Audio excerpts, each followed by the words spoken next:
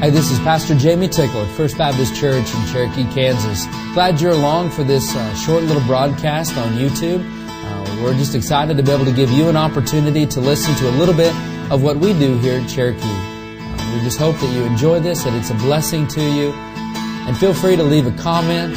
Feel free to get in touch with our church via the website, www.cherokeechurch.org. From our website, you can listen to entire unedited messages. And if you're in our listening audience, you can tune into 103.5 FM for Truth for Today that plays every Sunday morning at 8:30. God bless.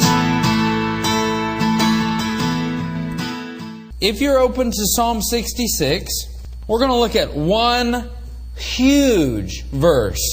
Huge. Verse 18. It's a monster. It's not big at all. If I regard iniquity in my heart, the Lord will not hear. Now, does that sound, just that one verse, does that sound to you like that David or the psalmist is describing a hindrance to prayer? Can we see that? If I regard iniquity in my heart, the Lord will not hear. It's pretty clear. David is saying, God, this is what I feel. This is what I have experienced. This is what I would expect in knowing you. That if I regard iniquity in my heart, it's not that He's not going to hear and that He can't hear, but what David is saying is, God, you're not going to respond. You're not going to act in my favor if I regard iniquity in my heart. Now, some of you may have committed this verse to memory. That's the better way to do it. If you've committed that verse to memory, one of the things that you may have put in your mind, or you may have heard this verse preached before, we get in our mind when we read it that we think, well, what that means is that I have unconfessed sin in my life. And probably some of you, when you were just reading over that, you were thinking that. Well, clearly tonight what he's talking about is unconfessed sin in our life. No doubt, unconfessed sin can hinder our relationship with the Lord.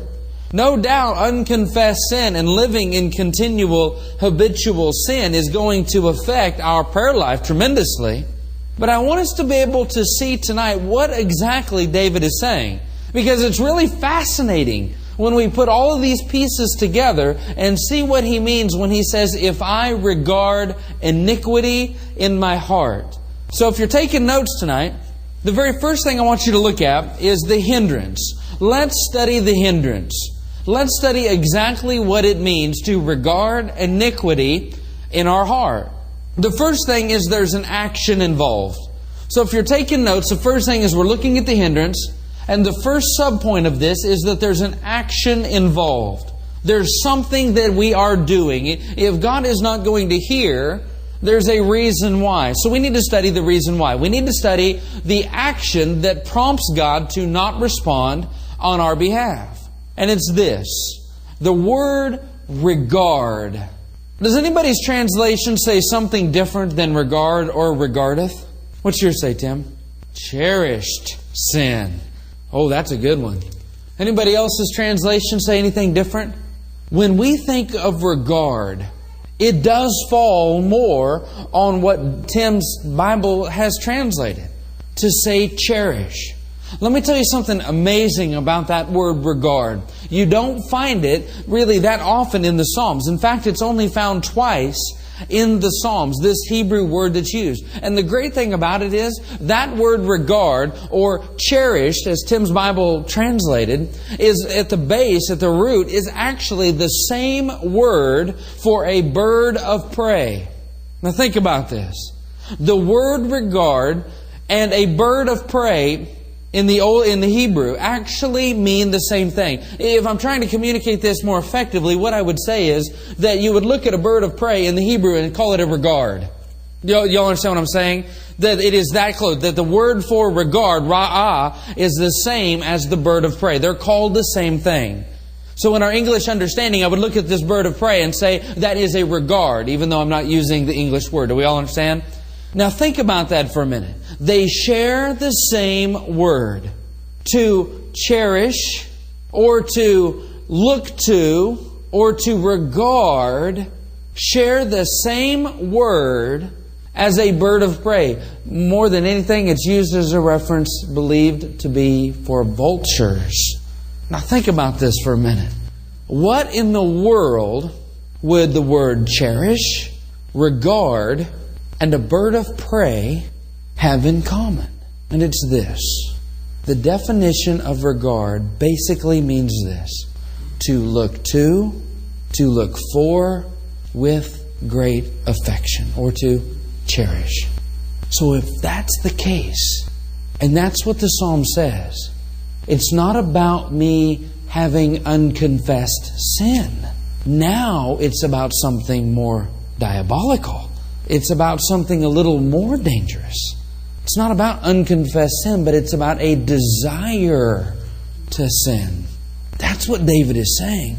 If I look for iniquity, if I am running after, if I have affection for, if I cherish iniquity, the Lord will not hear. He's not talking about storing up unconfessed sin in our life that's going to cause God to stop hearing. What He is talking about is if I have a desire to run after sin. Now think about that description. Because if that Hebrew root word is the same as a bird of prey, let's think of several things that has to do with the bird of prey's eyesight. Because that's the word that's given to us, and we're only allowed to play with the words that are given to us.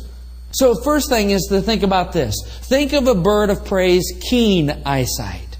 It can see little things far away. And I don't know what the statistics are necessarily, but I do know that birds of prey can see their food a long ways away. They have very keen eyesight.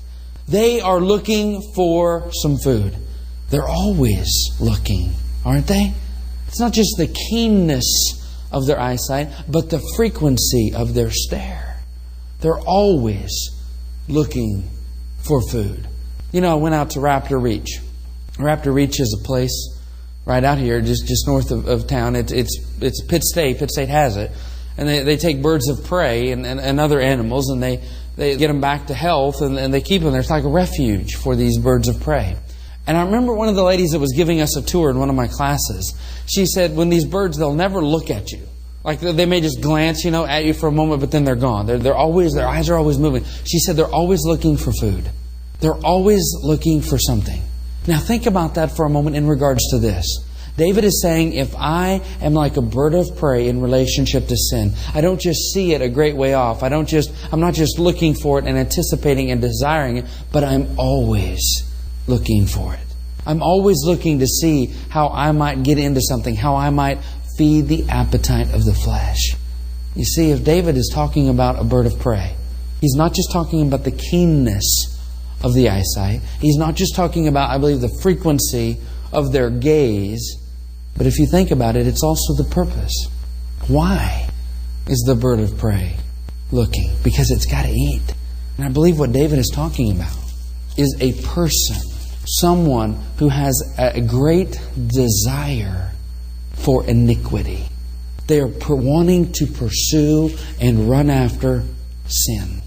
And what David is saying is, if that's me, and if I am a bird of prey in relationship to sin, then God is not going to hear. If you think about it, the best way to describe this is David is not talking about unconfessed lust. He's talking rather about lusting after lust. If you think about it like that. He's not talking about storing up all of this sin. Though that's a problem. Though that's an issue, though that can hinder our walk with the Lord and hinder greatly our prayer life, as we've studied before. But what he's talking about here is if I constantly have a desire to sin, if I am constantly looking for opportunities to sin, if that is my great desire, and if it becomes insatiable. When I look at this story, I see an amazing word that's being used. If I am like a bird of prey, in relationship to sin, I'm always looking. I've got keen eyesight. And I'm looking because I've got to fulfill these desires.